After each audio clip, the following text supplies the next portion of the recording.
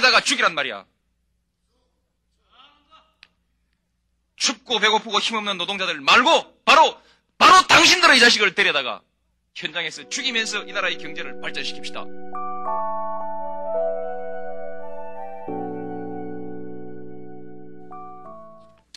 다음은 노무현 의원께서 나오셔서 질문해 주시기 바랍니다.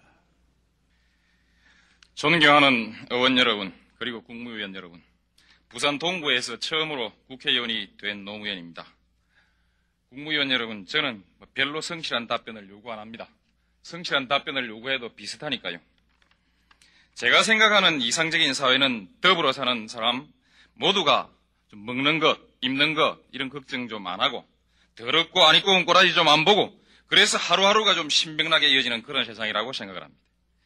만일 이런 세상이 좀 지나친 욕심이라면은 적어도 살기가 힘이 들어서 아니면 분하고 서러워서 스스로 목숨을 끊는 그런 일은 좀 없는 세상, 이런 것이라고 생각합니다.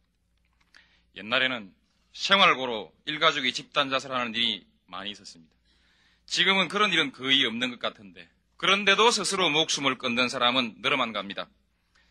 제5공화국 이래 지금까지 스스로 목숨을 끊은 사람의 수는 얼마가 되는지 관계 장관 말씀해 주시기 바랍니다. 제5공화국 이래 지금까지 노동자가 기업주의 비인간적 대우에 항거하거나 기업 또는 공권력의 탄압에 항거해서 목숨을 끊은 사람은 모두 몇 명이나 됩니까? 정권의 도덕성을 규탄하거나 광주학살의 진상규명을 요구하며 또는 민족의 자주와 통일을 부르짖으며 스스로의 목숨을 끊은 청년 학생들은 모두 몇 명이나 됩니까? 같은 기간 농촌에서 속가 피해를 보상하라고 주장하며 자살한 농민은 몇 명입니까? 산동네 달동네에서 철거에 항거하다가 무너지는 집더미에 깔려 죽거나 자살한 사람은 몇 명이나 됩니까? 경쟁에서 뒤떨어지거나 경쟁의 부담이 과중해서 자살한 학생의 수는 얼마나 됩니까? 이 같은 가슴 아픈 일이 계속되는 동안 정부는 같은 일이 재발되지 않도록 하기 위해서 그 어떤 노력을 해왔습니까? 만일 하였다면은 그 내용은 어떤 것이었는지 이건 좀 구체적으로 설명해 주시기 바랍니다. 청년 학생들이 죽어가는 것은 감옥에 가서 참여해야 될 사람들이 권력을 잡고 온갖 도둑질을 다 해먹으면서 바른 말하는 사람 데려다가 고문하고 죽이는 바람에 생긴 일이니까 그 사람들이 임명한 국무총리와 국무위원에게 무슨 대책이 있으리라고는 믿질 않습니다. 물으면 제가 그러지요.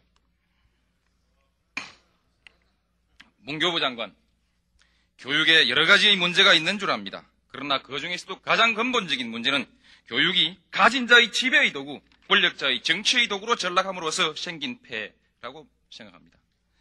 이 점에 관해서는 시간이 없어 줄이겠습니다.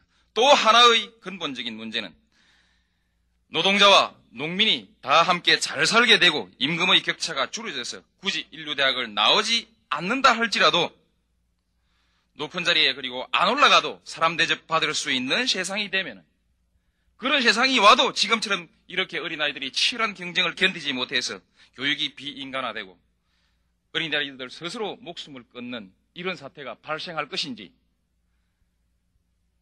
말씀해 주시기 바랍니다. 결국 저는 교육의 문제 또한 노동자, 농민, 그리고 도시 빈민의 문제라고 생각을 합니다. 지난 7월 2일 여의도 성모병원에서 15세 된 소년 근로자가 수원 중독으로 사망하였습니다. 직업병에 대비한 여러 체계의 미비, 수원 중독임이 밝혀진 이후 회사의 비정한 처사와 노동행정관청의 태만을 따지는 것은 아닙니다.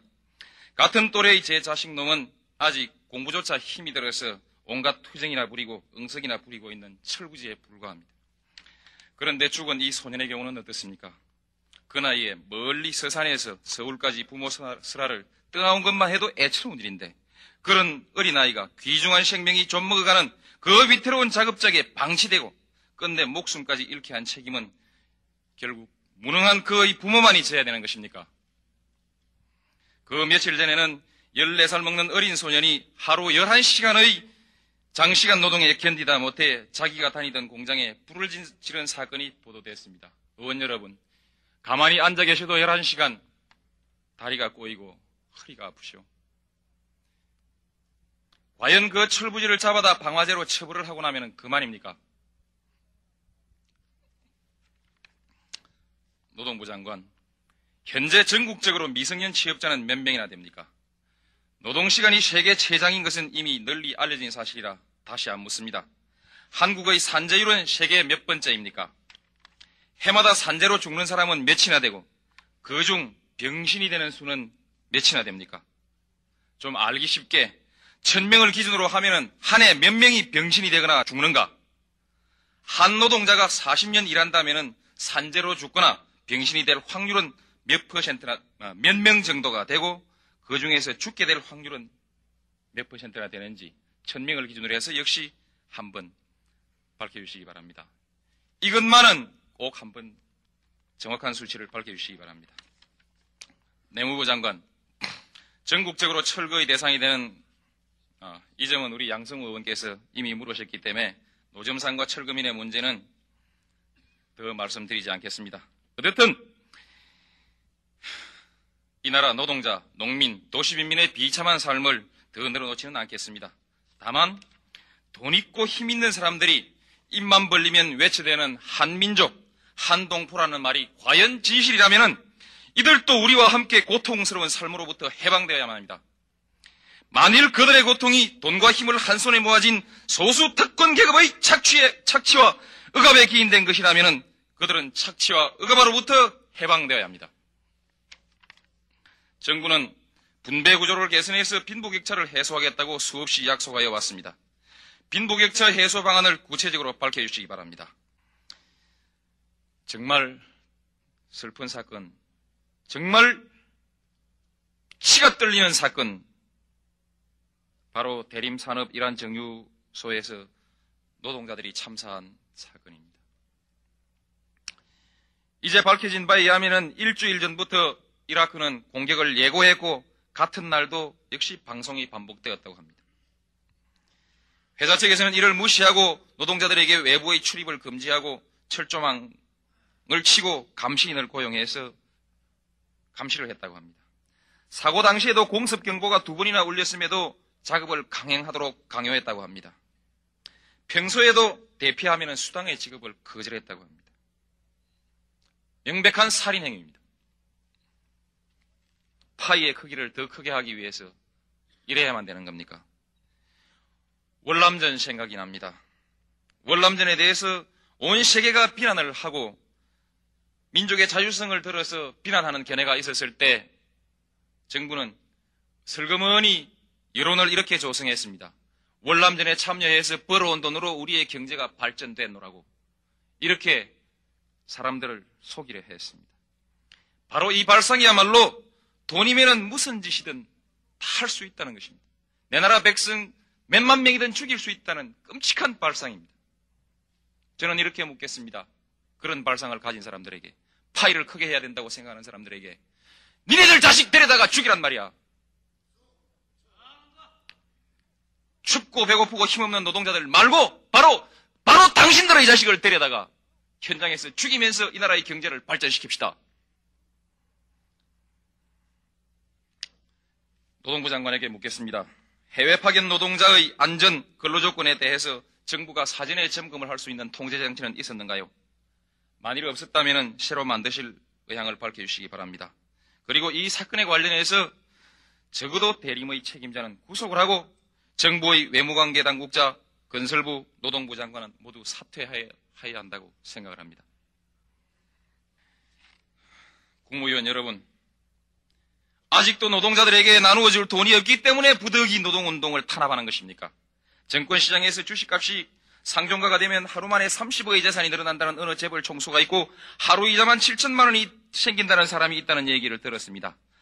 저는 어느 노동자들의 모임에서 60년 이래 제조업 실질임금 상승률과 노동 생산성 향상률을 대비하면은 제조업 노동자가 현재 기준으로 매월 50만 원씩 손해를 보고 있고 60년 이래 누적된 손해를 계산하면은 1인당 5,700만 원이 된다는 어느 대학 교수의 강연을 들은 적이 있습니다. 노동부 장관, 믿어지지 않아서 장관에게 다시 물어봅니다. 이 말이 사실입니까? 비슷한 계산이라도 나올 수 있습니까? 국무총리, 지금 우리 경제는 근본적 개혁 없이는 경제 민주화가 불가능한 상태에 있다고 보지 않습니까? 재벌을 해체할 의향은 없습니까? 어제 경제분야 질문에서도 나타났듯이 우리나라 경제 각 분야에서 재벌이 문제를 일으키고 있습니다. 그런 점에서도 재벌은 해체되어야 합니다. 재벌 총수와 그 일족이 독점하고 있는 주식을 정부가 매수해서 노동자에게 분배합시다. 이 말은 대기업을 해체한다는 뜻과는 다른 뜻입니다. 매수와 분배 모두 20년 거치 20년 분할 상환 정도이면 노동자들도 충분히 감당할 수 있을 것입니다. 집 없는 서민들 그리고 중소상공인들 농민들을 위해서 부채 탕감과 아울러 토지도 모두 같은 방법으로 분배를 합시다. 법무부 장관에게 한번 묻습니다. 방금 제가 한 제안이 우리 헌법 하에서 불가능한 제안입니까? 자본주의 제도 하에서는 불가능한 제안입니까? 만일 그렇다면은 저는 이렇게 물어보겠습니다. 제5공화국 부실기업 정리와 관련해서 탕감해주거나 15년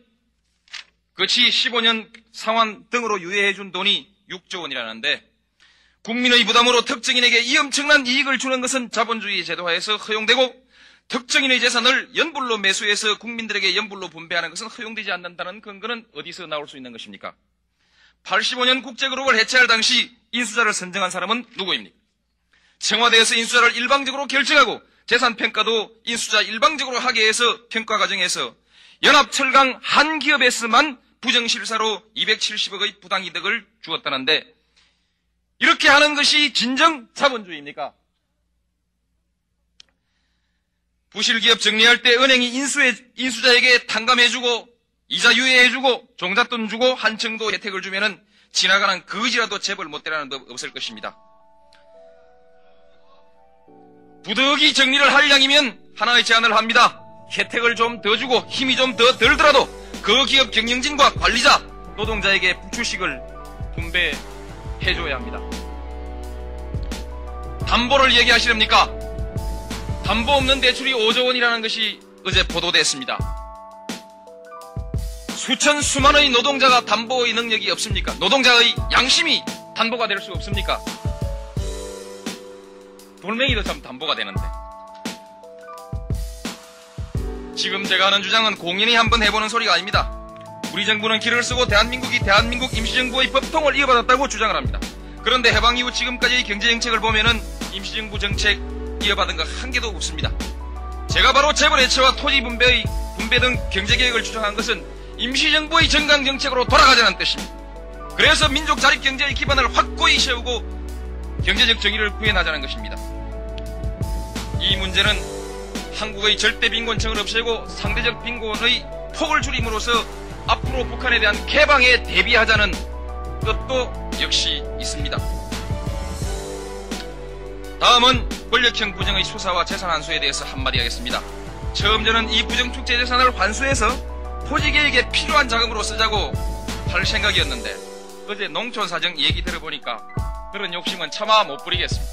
농촌 좀 못해주시기 바랍니다. 문제는 돈을 어디 쓰거나 간에 그 규모를 밝혀서 반드시 그 규모를 밝혀서 환수를 해야 한다는 것입니다. 법무부 장관에게 한번 물어봅니다. 검찰은 아직은 증거가 없어서 수사를 할 필요가 없고 앞으로 국회가 고발을 해오면 수사를 하겠다고 발표했습니다. 어느 정도의 증거가 나타나면 수사 개시의 단서가 될 수 있습니까? 전 국민이 보는 신문과 잡지가 혐의 사실을 연일 보도해도 수사의 단서로서 부족합니까? 검찰이 국회를 물먹일 일이 있습니까? 검찰 말대로라면은 국회가 검찰의 수사의 단서나 제공하는 검찰의 하위 수사기관입니까? 국회가 수사기관에서 수사의 단서조차 안 되는 유언비어에 현혹돼서 조사특위까지 만들었으니 여야 국회의원들 모두 정신병자들입니까? 장관의 견해를 분명히 밝혀주시기 바랍니다. 우리 헌법상 대통령은 현행범이 아닌 한 재직 중 형사상의 소추를 받지 아니한다고 규정하고 있습니다. 이 말은 거꾸로 하면 전직 대통령이라도 수사와 소추의 대상이 되고 죄가 있으면 감옥에 가야 한다는 뜻입니다. 만일 장관이 차마 자기를 장관으로 임명해준 사람을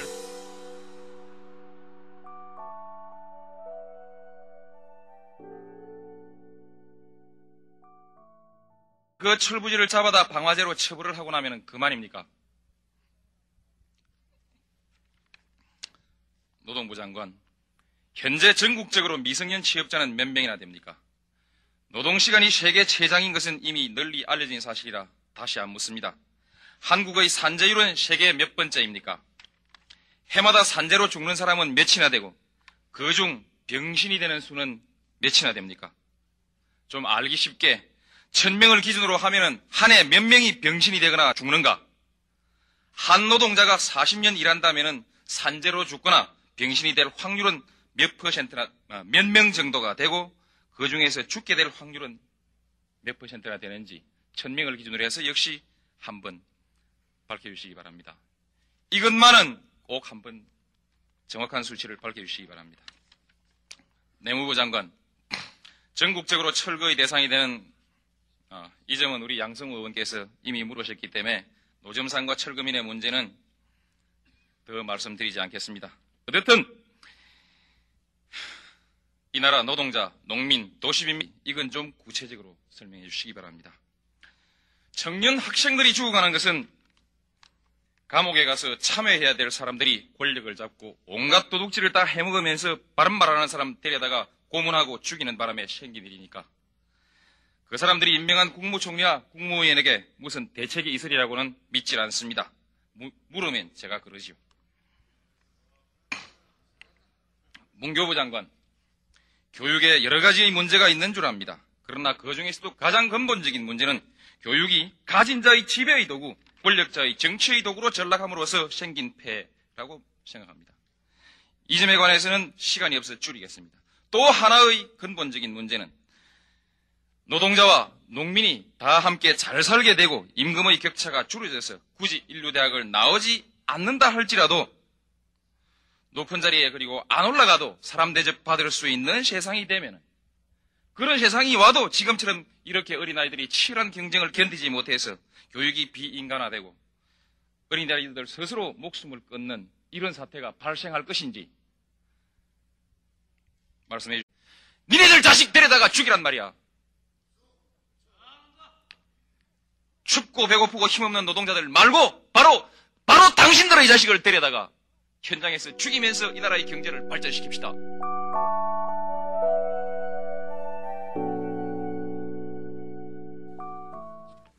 다음은 노무현 의원께서 나오셔서 질문해 주시기 바랍니다.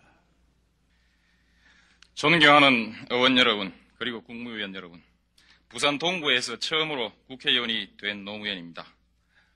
국무위원 여러분, 저는 별로 성실한 답변을 요구 안 합니다. 성실한 답변을 요구해도 비슷하니까요. 제가 생각하는 이상적인 사회는 더불어 사는 사람 모두가 좀 먹는 것, 입는 것 이런 걱정 좀 안 하고 더럽고 안 입고 온 꼬라지 좀 안 보고 그래서 하루하루가 좀 신명나게 이어지는 그런 세상이라고 생각을 합니다. 만일 이런 세상이 좀 지나친 욕심이라면은 적어도 살기가 힘이 들어서 아니면 분하고 서러워서 스스로 목숨을 끊는 그런 일은 좀 없는 세상 이런 것이라고 생각합니다. 옛날에는 쉬기 바랍니다. 결국 저는 교육의 문제 또한 노동자, 농민 그리고 도시 빈민의 문제라고 생각을 합니다. 지난 7월 2일 여의도 성모병원에서 15세 된 소년 근로자가 수원 중독으로 사망하였습니다. 직업병에 대비한 여러 체계의 미비, 수원 중독임이 밝혀진 이후 회사의 비정한 처사와 노동행정관청의 태만을 따지는 것은 아닙니다. 같은 또래의 제 자식놈은 아직 공부조차 힘이 들어서 온갖 투정이나 부리고 응석이나 부리고 있는 철부지에 불과합니다. 그런데 죽은 이 소년의 경우는 어떻습니까? 그 나이에 멀리 서산에서 서울까지 부모 슬하를 떠나온 것만 해도 애처로운 일인데 그런 어린아이가 귀중한 생명이 좀먹어가는 그 위태로운 작업장에 방치되고 끝내 목숨까지 잃게 한 책임은 결국 무능한 그의 부모만이 져야 되는 것입니까? 그 며칠 전에는 14살 먹는 어린 소년이 하루 11시간의 장시간 노동에 견디다 못해 자기가 다니던 공장에 불을 지른 사건이 보도됐습니다. 의원 여러분, 가만히 앉아 계셔도 11시간 다리가 꼬이고 허리가 아프시오. 과연 생활고로 일가족이 집단 자살하는 일이 많이 있었습니다. 지금은 그런 일은 거의 없는 것 같은데 그런데도 스스로 목숨을 끊는 사람은 늘어만 갑니다. 제5공화국 이래 지금까지 스스로 목숨을 끊은 사람의 수는 얼마가 되는지 관계 장관 말씀해 주시기 바랍니다. 제5공화국 이래 지금까지 노동자가 기업주의 비인간적 대우에 항거하거나 기업 또는 공권력의 탄압에 항거해서 목숨을 끊은 사람은 모두 몇 명이나 됩니까? 정권의 도덕성을 규탄하거나 광주학살의 진상규명을 요구하며 또는 민족의 자주와 통일을 부르짖으며 스스로의 목숨을 끊은 청년 학생들은 모두 몇 명이나 됩니까? 같은 기간 농촌에서 속가 피해를 보상하라고 주장하며 자살한 농민은 몇 명입니까? 산동네 달동네에서 철거에 항거하다가 무너지는 집더미에 깔려 죽거나 자살한 사람은 몇 명이나 됩니까? 경쟁에서 뒤떨어지거나 경쟁의 부담이 과중해서 자살한 학생의 수는 얼마나 됩니까? 이 같은 가슴 아픈 일이 계속되는 동안 정부는 같은 일이 재발되지 않도록 하기 위해서 그 어떤 노력을 해왔습니까? 만일 하였다면 그 내용은 어떤 것이었는지